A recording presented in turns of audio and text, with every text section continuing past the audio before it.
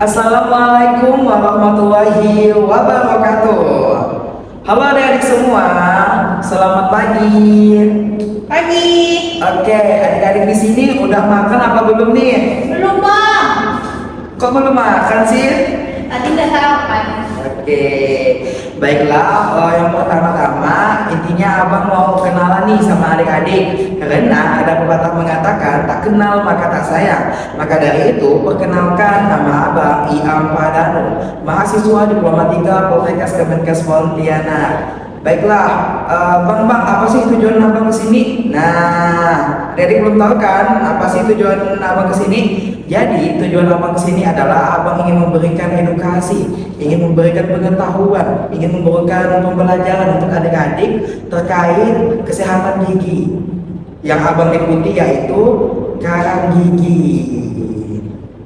Nah, di sini abang mau tanya nih, siapa di sini yang gosok giginya rajin? Coba angkat tangan. Siska, Bang. Siapa yang sering makan permen? Coba angkat tangan. Kan. Siapa yang malas nyikat gigi? Anto. Oke. Nah, masya Allah sekali adik-adik di sini sangat aktif sekali, sangat suportif. Inilah kelas yang abang impikan gitu. Oke, kita lanjut. Mengenai apa itu karang gigi? Adik di sini pasti pernah kan mendengar atau tahu mengenai karang gigi? Ayo coba, ada yang tahu nggak di sini apa itu karang gigi? Karang gigi tuh yang kuning-kuning tuh, Bang. Nah, itu salah satunya. Jadi di sini abang ingin menjelaskan mengenai karang gigi. Dengarkan ya adik-adik, simak ya. Jadi karang gigi adalah kotoran yang menempel dan mengeras di permukaan gigi, yang warnanya kuning kekuningan dan coklat kecoklatan, dan terasa kasar jika diraba dengan lidah. Nah, itulah adik-adik pengertian dari karang gigi. Oke, kita lanjut. Karang gigi datangnya dari mana sih? Pasti adik bingung kan? Kok tiba-tiba gigi aku warna kuning ya? Kok tiba-tiba kasar ya? Kok tiba-tiba mulut aku bau ya? Apa sih penyebabnya? Dari mana sih datangnya karang gigi itu? Di sini abang ingin memberitahu adik-adik, memberitahukan ilmu yang abang punya ke adik-adik mengenai karang gigi datangnya dari mana sih? Yang pertama, karang gigi datangnya itu dari kita makan kan. Nah, gigi kita tuh kotor, ada sisa makanan. Lalu yang kedua, datangnya dari kuman yang ada di mulut kita. Dan yang ketiga, datangnya dari kebiasaan yang malas dalam menyikat gigi. Nah, jadi adik-adik jangan malas ya menyikat gigi. Kalau adik-adik malas nanti muncul loh karang gigi, nanti bau loh mulutnya. Oke, kita lanjut. Karang gigi proses terbentuknya gimana sih? Pasti ada adik bingung kan? Bang, gimana sih proses terbentuknya karang gigi? Gimana sih kok tiba-tiba gigi aku tiba-tiba mulai kuning, keras, kasar? Tiba-tiba mulut aku kok bau? Gimana sih datangnya? Dari mana sih datangnya? Pasti adik-adik bertanya-tanya kok langsung ada di mulut adik-adik. Nah, tanpa kita sadari, karang gigi itu datang ketika ini dia prosesnya. Yang pertama yaitu ketika kita makan. Kita makan nih, makan nasi, makan permen, makan segala macam lah gitu kan. Nah, setelah kita makan tuh kita lupa menggosok gigi, lalu ada sisa makanan. Sisa makanan itu menempel pada permukaan gigi. Nah, setelah sisa makanan itu menempel, adik-adik, lalu dia akan berubah menjadi plak yang lengket. Plak itu lapisan yang lengket. Lalu setelah dia menempel dan tidak disikat, lama-kelamaan dia akan mengeras dan akan menjadi karang gigi. Nah, adik-adik, itulah proses terbentuknya karang gigi. Gimana nih? Udah mulai terbuka kan pikirannya? Oh, gitu ya Bang, proses terbentuknya karang gigi. Nah, tanpa kita sadari, hal yang kita anggap sepele bisa menyebabkan kesehatan atau organ mulut kita itu menjadi rusak ya adik-adik. Oke, kita lanjut. Bang, saya nih ada kakak gigi. Kalau dibiarkan nanti jadi apa ya? Nah, di sini abang akan membahas kalau dibiarkan kakak gigi akan terjadi apa. Nah, yang pertama akan terjadi bau mulut adik-adik. Di sini adik-adik nggak mau kan bau mulut? Soalnya kalau kayak bau mulut tuh nggak ada temannya adik-adik, kayak dijauhin. Nah, maka dari itu adik-adik kita harus mencegah yang namanya karang gigi. Yang kedua apa sih? Yang kedua yaitu menyebabkan gusi berdarah. Nah, adik-adik kan sering gosok gigi kan? Nah, gosok giginya tuh gusi itu menjadi berdarah, itu akibat adanya karang gigi adik-adik. Nah, yang ketiga yaitu gigi menjadi mudah goyang, mudah copot. Di sini ada yang mau nggak giginya ompong? Ada yang mau nggak giginya tinggal satu?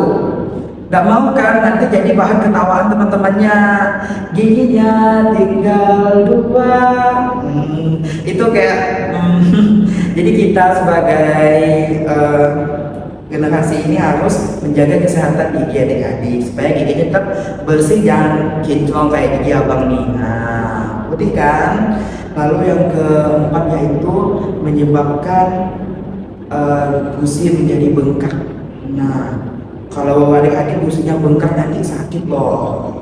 Obat lagi ke klinik gigi, obat lagi ke situ ke sini. Tidak mau kan? Nah, kalau adik-adik tidak mau, makanya kita harus mencegah yang namanya karang gigi.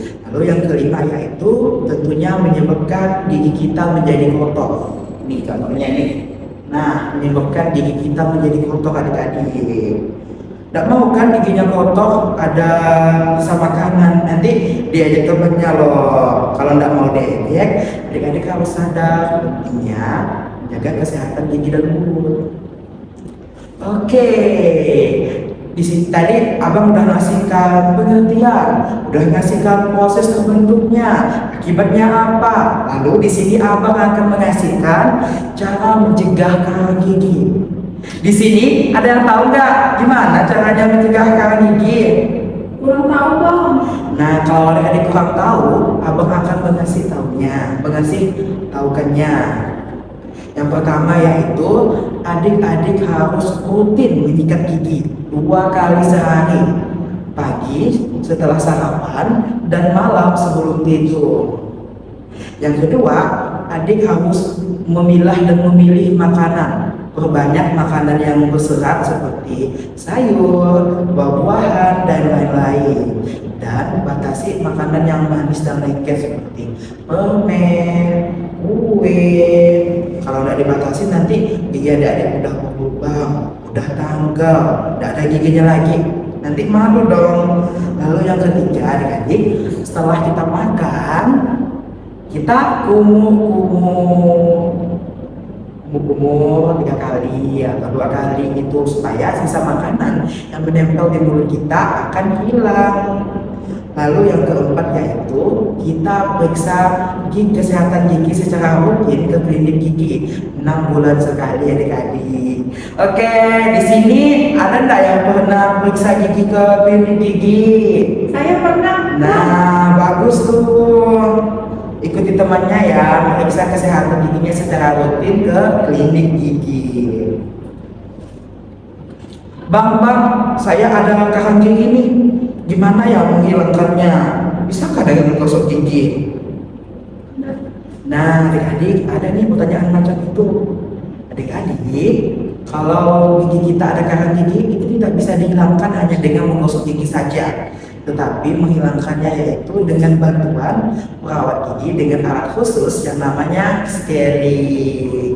Nah, adik-adik, kalau adik-adik ada karang gigi, bisa nih scaling ke klinik terdekat, contohnya klinik Poltekkes Kemenkes Pontianak.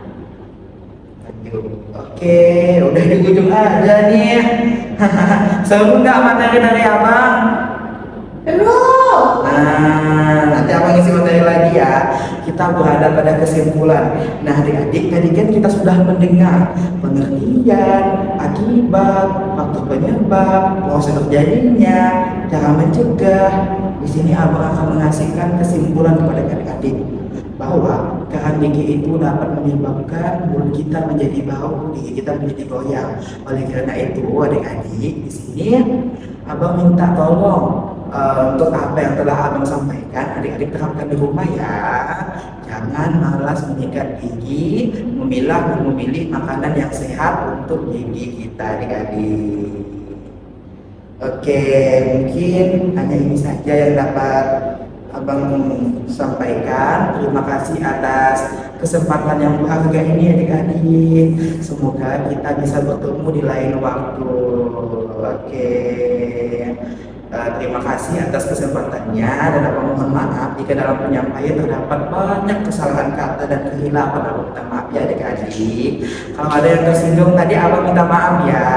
Semoga ilmu yang abang berikan masuk ke otak adik-adik dan masuk ke hati adik-adik dan menjadi amal jariah untuk adik-adik semua. Oke, sekian dulu ya dari abang. Wassalamualaikum warahmatullahi wabarakatuh. Dadah adik-adik, sampai jumpa di lain kesempatan lainnya. Oke, terima kasih.